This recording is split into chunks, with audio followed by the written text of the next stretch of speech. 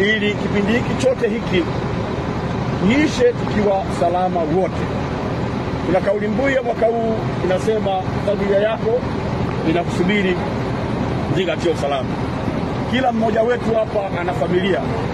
Inaonekana wazazi, wajomba, hata jirani zako ni familia zako. Rafiki zako ni familia yako.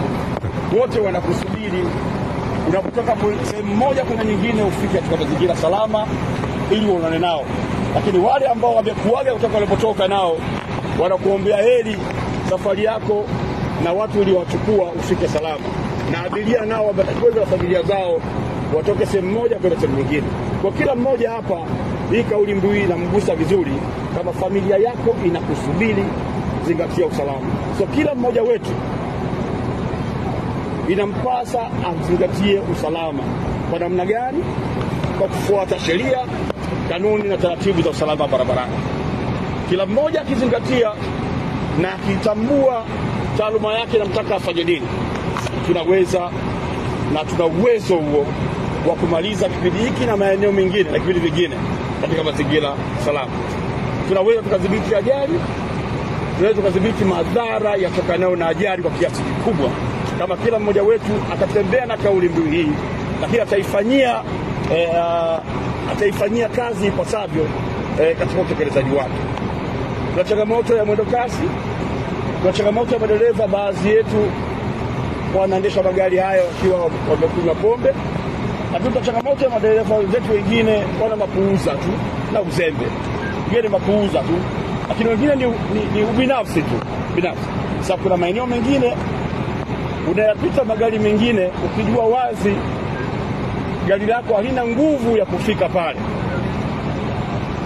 Kile mwingine unapita gari lingine, mwenzako mwingine anaunga nyuma, anafanya tail overtaking bila kujua mbele hakuna lolote.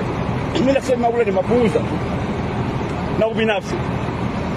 Mwenzako ana mahesabu ya gari lake pale, nitaingia pale. Wewe wajua na mahesabu gani? Nikitokea kitu na shetani imesababisha, ni mapuuza tu na kutojali watu uliobeba kwenye gari. Kama utawajali watu wako, utasubiri sehemu sahihi, utafanya kwa time, utakwenda. Kweli watake tuzingatie sheria. Tuachane na madereva wachache na tuwaonye madereva wachache ambao kwa namna moja au nyingine wanachafua taaluma yetu nzuri, hawaipi thamani ile ambayo wananchi wanawathamini sana. Kwa watu ambao wanakwenda mwendo kasi, wanatumia ulevi ama mengine ya namna hiyo. Tuna michoro na alama za barabarani, tuzifuate. Zile alama na michoro ni askari wa usalama barabarani asiyoongea. Yuko mchana, yuko usiku, yule hali ama kimvua, tuziheshimu. Taaluma zote zinatuelekeza ni namna gani dereva anatakiwa kuishi, dereva anatakiwa kuongea na alama. Alama inamwambia kuna daraja, alama inamwambia hapa kuna mteremko, alama inamwambia kuna aina, anaongea na alama, ndio lugha ya dereva na barabara. Twendeni tukayafanya haya kivitendo, tukizingatia familia zetu zinatusubiri, tuzingatie usalama. Sisi ni sehemu ya usafirishaji, ni sehemu ya gari, sehemu ya abiria. Kwa tunapoendesha hivi vyombo tukitie na watu wengine. Lakini nimewaambia na abiria wasiwe sehemu ya kumkengeusha dereva wangu ambaye anafanya shughuli zake vizuri. Udereva ni taaluma. Kama dereva anakwenda vizuri, ni kumlau, ni kumwacha aende, na wanapofika mwisho basi wampongeze na kushukuru, umetufikisha salama, mwendo wako ulikuwa mzuri, asante sana. Hujampa fedha, lakini maneno tu uliyompa ni zawadi tosha kuona kumbe hawa ninaowabeba wananithamini. Lakini dereva ambaye anakwenda ovyo, ile zigzag ile overtaking ile, mwambie ndugu yetu tumefika salama, ila Mungu amesaidia tu.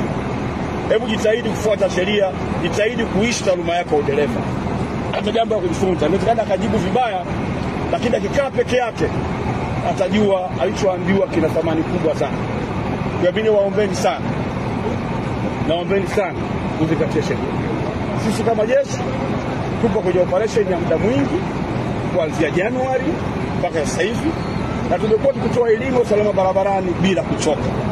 na tutaendelea kutoa elimu kwa makundi yote ya wasafirishaji, makundi yote watumia barabara, kwa kuwafuata maeneo yao, vijiwe vya pikipiki, vijiwe special haya ambao nao mwaka jana walituletea sintofahamu kubwa za special haya. Kutokana na wingi wa abiria walikuwa wanakwenda iende irudi. Lazima mwili wa binadamu sio mashine, unachoka. Uwezi ukaenda Kilimanjaro ukafika saa 4, saa 6 ukageuza. Haiwezekani. Mara ya kwanza, ya pili, wewe sio chuma. Kwa tumeongea nao maeneo mbalimbali. Mchana nimeongea vijiwe vya special haya, nimewaambia wazingatie maisha yao, lakini wazingatie maisha ya watu wanaobeba, lakini wabebe ile thamani wanaopewa kama dereva wenye taaluma kubwa ya kuendesha watu wa pikipiki. Lakini tumemwambia kama safari ni ndefu, basi wawe madereva wawili kipindi hiki, ili kuondokana na changamoto ya uchovu. Kwa ajali nyingi ambazo zilipata mwaka jana mwezi wa 12, zao kubwa lilikuwa ni uchovu wa madereva. Uchovu, tamaa ya fedha na tamaa ya kupata kingi inamfanya mtu kujiona yeye mkakamavu. Hakuna ukakamavu mbele ya usingizi. Itafika muda utasinzia, na ajali ni dakika 3 tu. Madereva jeni mashahidi, dakika 3 tu unasinzia. Hali imebadilika kabisa. Kwa hiyo tujisimamie vizuri, tulipe muda wa kupumzika. Usikubali iende irudi. Hela za madereva wawili unasema mimi nenda mwenye peke yangu na mudu. Ile ya zako pili upewe wewe. Familia yako inakusubiri, zingatia usalama. Kuna wazazi, kuna watoto, kuna jamii wanakuthamini, na Watanzania wenzako hawa ambao wewe unawabeba wanakuthamini. Beba ile dhamana kwa kufuata taratibu za usalama barabarani ili tuwe kwa salama. Mimi naamini kifanya kazi vizuri, kishirikiana vizuri, tutapita vizuri miezi hii Desemba na Januari kama tulivyopita mwezi wa 3, wa 4 na wa 5. Hali ilikuwa shwari. Tunatimiza wajibu wetu kwa sana. Changamoto ya kuzidisha abiria ndio tukaiacha. Itoe wito tuachane. Tutaache kuzidisha abiria. Jana tumekamata gari hapa Dodoma na excess ya watu 30. Tumesimama. Na leo jioni tumekamata gari pale maeneo ya Mbwewe ina excess ya watu 25. Tutakuwa wakali sana. Bila waambie kweli. Atulidhibiti kwa nguvu zote kwa mujibu wa sheria. Hatutamuonea mtu. Ila ukiweka access utakachokipata baada ya kukamatwa, mimi nakusihi ukifurahie, kwa sababu ni zao ambalo unalijua ni kosa, si ndio? Yaani ukiona unapata adhabu baada ya kuweka access kwa 20-30, adhabu unayopata ifurahie tu. Sababu tumeambiana access hatuitaki. Watu 30 wanashika wapi pale kitokea ajali? Wanatokea mbele. Hapana. Tuwaambie matajiri wetu na wajue, na tumefanya mawasiliano wetu wa LATRA, tutafanya kazi pamoja na LATRA usiku na mchana. Doria hizi tutafanya operation hizi za usiku na mchana. Na tuna magari ya kutosha, tuna bedia zote za askari, na tutahakikisha vyombo vyenu hivi mnapata ulinzi kama dereva, mnakuwa na amani na kutumia barabara zenu, lakini na wanaosafiri wanasafiri katika mazingira ya amani. Hatutakuwa na compromise na muhali na madereva ambao wanakimbia mwendo kasi, wanaotumia vilevi. Tuna changamoto ya madereva wa malori wachache wanatumia ulevi na usiku. Tumewakamata jana, walikamatwa 4. Tumechukua kwa kali sana, sababu na kuwapumzisha barabarani. Sababu sheria ya usafirishaji inasema magari haya, vyombo hivi vya usafirishaji vinakuwa leseni na LATRA, pombe ni 0, si ndio? Sasa mtu dereva anakunywa lori mpaka anajisahau. Haiwezekani. Hata kushika kwenye steering pale anashinda. Haiwezekani, sio dereva. Dereva huyu hatufai. Nikawaambia wataalamu wangu wa sheria wakanseli tu rasmi yake, na si akaendeshe bajaji.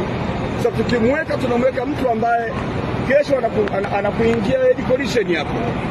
Amesinzia, amelewa, anakufuata, unatoka anakufuata. Kwa lazima tuwe wakali. Kwa hiyo madereva ambao watakigeuka kwa wakali sana, na madereva wote. Na nilitoa asubuhi nilizungumzia kuhusu madereva wa magari binafsi. Kipindi hiki nacho kila mtu ana gari lake dogo, wale ambao wana magari yao madogo wanakwenda mikoa mbalimbali, wanatoka wakisafiri wakitumia usafiri wao. Tumewasihi sana udereva wa Dar es Salaam, udereva wa Dodoma hapa mjini kwenda kazini, kwenda sokoni, kwenda dukani, sio udereva wa highway. Highway inatakiwa uzoefu, unatakiwa ufahamu lugha ya kuongea na barabara ipasavyo na uijue barabara. Kama unaona umenunua chombo chako kipya vizuri, ongera. Nataka uende nacho nyumbani ukakione.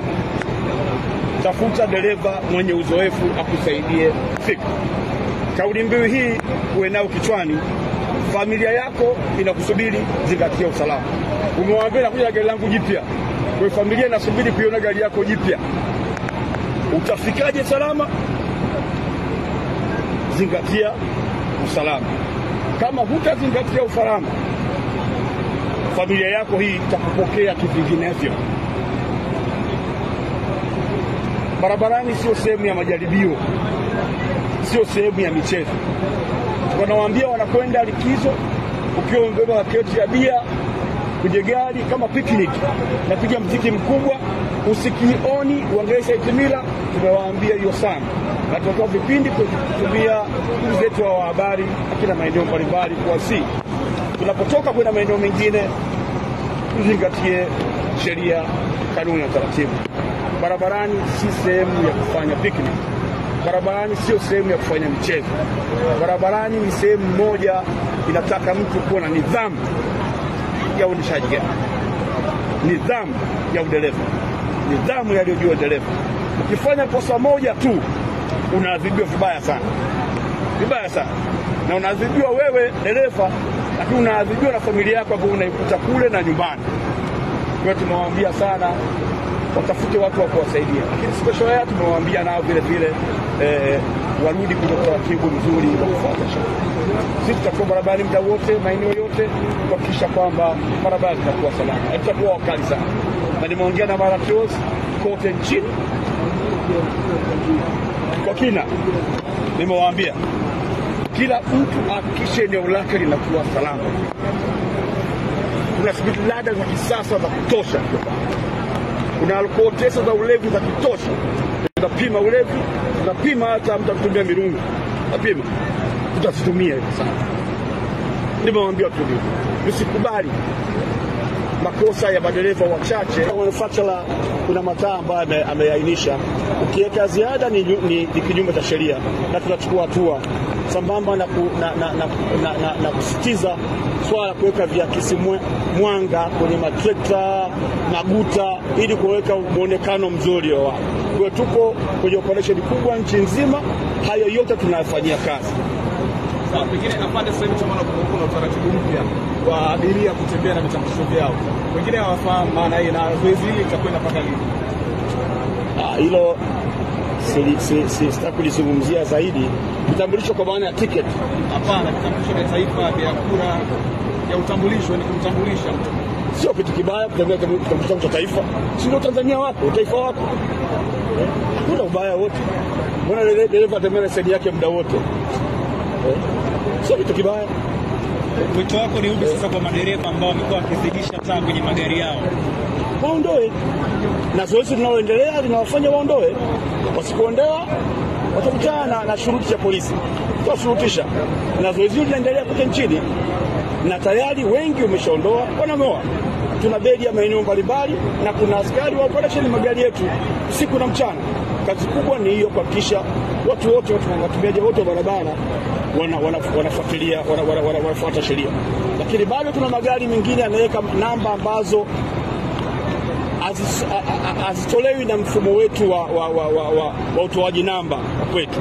Utaweka namba yake ya Burundi, wapi anaweka namba yoyote ile. Hao wote tunawashughulikia. Kuna issue ya ving'ola na vimulimuli. Ving'ola, vimulimuli, kuna magari maalum na kuna sheria maalum ambayo ndio inaelekeza magari gani yanapaswa kuwa na vitu hivyo. Navyo tunawasii watu wote waving'oe. Kuna kazi kubwa imefanyika na tunaendelea kuisimamia kuhakikisha kwamba watu wanafuata sheria. Kumekuwa na ile kasumba, gari limeharibika, abiria wanafaulishwa kwenye gari jingine, wanaenda kulijaza hilo gari. Sheria inasema nini kuhusiana na kufaulisha abiria? Sheria ya usafirishaji inaeleza bayana, kuna muda maalumu gari ikipata breakdown, achukue muda gani kutafuta usafiri mwingine. Kwa sheria inaelekeza, ikizidi muda ule, sheria inaelekeza nini cha kufanya. Nakushukuru sana.